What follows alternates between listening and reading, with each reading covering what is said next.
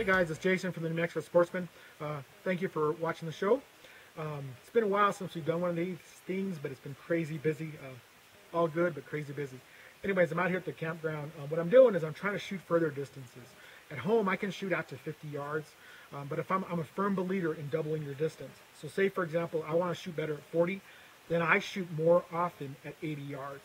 If I can shoot a decent group at 80, my 40 yards are usually better. It's all about pushing yourself, really focusing on your technique, pushing your limits. Are you going to bust a couple arrows? Heck yeah, you're going to bust a couple arrows. But it's all about pushing yourself, seeing how far you can actually shoot. Again, if you can shoot good at 80, your 40 yards are going to be a little bit tighter groups. Am I going to shoot a buck at 80 yards or an elk at 80 yards? More than likely not, unless it might be a follow-up shot.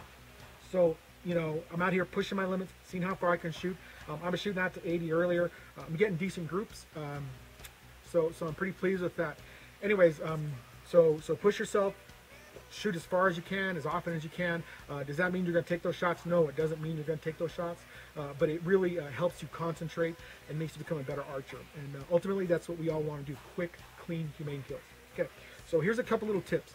As many of you guys know, I'm a firm believer in wilderness athlete products, and over the last year or so, I've really been stressing fitness and that type of thing. For me, it's been a great challenge. But one of the things that I've come across is that with a lot of the protein drinks and meal replacements, they come in these great big tubs or great big bags, and you can't carry those bags out into the wilderness. So I've been trying to find a good way of packing healthy meals out into the backcountry. That even goes with your mountain house. If you look at those mountain house dry goods, they are loaded with sodium, really loaded with sodium, and that's just something I want to stay away from. So anyways, I've been trying to figure out a way of repackaging some of my protein drinks. Well, this is what I've come up with. This is one of those, this is a Super Whey protein power shot. It's at 26 grams of protein. 26 grams of protein. I got this at Walmart. I usually take these shots right after I work out at the gym. It's a quick way of getting protein in you. I'm a firm believer in it. Anyways, so what I've done is I've got a whole bunch of these laying around the house.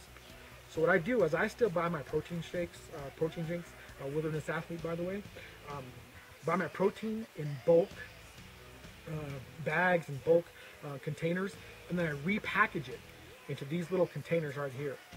Okay, it just so happens that one serving of protein and meal replacement, I combine them, of the Wilderness Athlete products fits into one of these. So it's a pretty cool little tip. So anyways, 2 little meals, quick and easy. So what I'm doing is, you know, I'll be cruising around for the day, hunting, backpacking, whatever. I get my Nalgene bottle, I throw a bunch of rocks in the bottom of the Nalgene bottle, I pour in my protein, put my water in there, shake it up real well, and then I'm good to go. A quick, healthy meal. It's quick. I can be rolling really quickly. It's better than ding dongs and ho-hos. So again, repackage your wilderness athlete proteins and meal replacements in these little power shots that you can get from Walmart. Okay. Also, trying to save money. This is a pill bottle that I picked up at Walmart. Okay, pill bottle. It's got 1, 2, 3, 4, 5, 6, 7 little containers in it. Typically, you put your pills in there and it's for your daily serving or whatever. What I've done is I've purchased my Wilderness Hydrate, Recover, whatever it is, and I put them in these little containers. It just so happens that one serving fits perfectly in these little pill sections. Okay, so right here, got 7 days or 7 shots of my Wilderness Athlete Hydrate and Recover. Again, it really helps me save cash because I'm buying in bulk and then I'm repackaging. Okay, so it's a quick little tip: repackage your protein drinks and your Gatorades or your Wilderness Athletes. Excuse me. Also, I want to say thank you. I was recently elected to the board of directors for the New Mexico Wildlife Federation. The Wildlife Federation did a really great job in supporting hunters this legislative year. They were really instrumental in Senate Bill 196 to get that passed, to get more opportunity for resident hunters. So, all about the New Mexico Wildlife Federation. They did a really great job. Thank you guys for those who voted for me. It means a lot to me because, as you guys know, I'm the first one to bitch and moan if I don't like something. So if you have any questions or about the New Mexico Wildlife Federation, drop me an email, PM me, call me, get a hold of me. It's not about me. I want to hear what you guys want to say. I'm probably one of the most accessible directors of the federation. So anyways, get a hold of me. we'll talk about things, and this is our opportunity to really impact change. So get a hold of me. Thanks, guys, for those of you that voted for me. Also, on a kind of a local note, if you guys have been following the show, the blog, all that good stuff, let's see, about a year and a half ago, there was a big meeting in Silver City about all the deer incidents happening in the Indian Hills area of New Mexico, or Silver City. I think they were getting like 300 calls for deer collisions a year in the Indian Hills area. So, basically people are concerned, there's deer everywhere. In the outskirts and in Silver City, they estimate that there's over 1,200 deer. So there's been a bunch of wrangling, kind of going back and forth to figure out what we're going to do. This last week, the Game and Fish Commission came up, or the Game and Fish Department came up with a proposal to go to the commission on what they want to do. Basically, they want to have trapping and relocation. They want to have some kills where the Game and Fish officers would come and kill the deer and then donate the animals to needy families. And they're also thinking about doing some controlled hunts. And I use the word hunt loosely because it's really not a hunt. It's really not. I mean, there's deer everywhere. And it's an antlerless deer hunt. You can use crossbows or bow and arrow. It's going to be antlerless only. There's still some discussion right now as how it's really going to play out.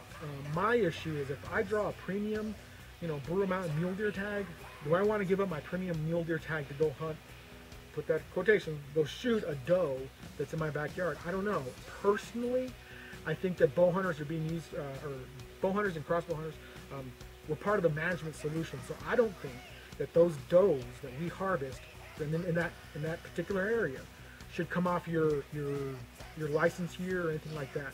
So, I think you should still be allowed to hunt your bucks, but if the Game and Fish wants to use your skills to be able to help manage the herd, then that's great, but it shouldn't come off your buck tag. So anyways, that's just something I believe in. We'll see what happens. It's still all up in the air. I know the mayor of Silver City was really opposed to any hunting in the Silver City area. One thing that happened was the mayor was not present at the at the meeting that Game and Fish had at the Armory. There were about 72, 73 people, and at that meeting, I was voted for bear. I thought, we got to have bow hunts in there. We should be part of the solution. So I was, had everything together. Well, when I got to the meeting, I was expecting, a very green crowd saying, no, we love our deer, don't touch them. But when I got there, those guys were like, shoot the deer, get rid of them, they're eating my yard, blah, blah, blah, blah. So there's a big problem. So I think the mayor of Silver City is a little bit out of tune. So we'll see what happens. Unfortunately, before he sees the light, I hope somebody doesn't get hurt because there are a lot of deer and there are a lot of deer collisions.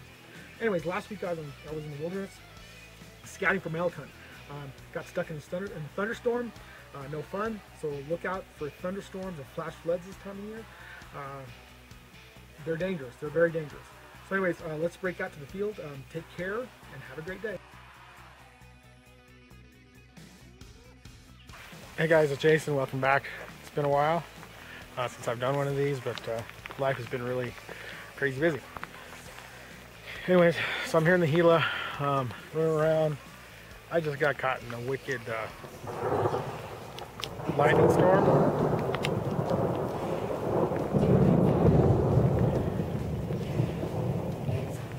That's still going on. No fun. Anyways, watch out for flash floods this year. It could be rough. Also, if it's lightning outside, don't hang on to electric fences. You guys hear stories about people getting zapped from a lightning miles and miles away. I don't know if it's true or not, but it's probably just not a good idea. Anyways, Jason here in the wilderness. It's going to be a long night. I'm bivy-sacked in. I'm probably about, mile and a half. Right now, I want to end up like 3 miles from the road. Not too bad, but this rain is really going to kind of make things crummy. So I might have to break out the old space blanket if I want to stay warm. Anyways, it's all good so far. Just seen a whole bunch of cows and calves this morning. It was a huge herd. I don't know, probably 100 plus animals. I don't know if it was so large because the water's so sparse. I say that as it's raining. And then I bumped into probably 2 different bachelor herds of bulls. Both were great, great groups. Big bulls, big bulls. Anyways, I'm gonna try to dry up and hopefully not get zapped. But all's good. Take care. Talk to you soon.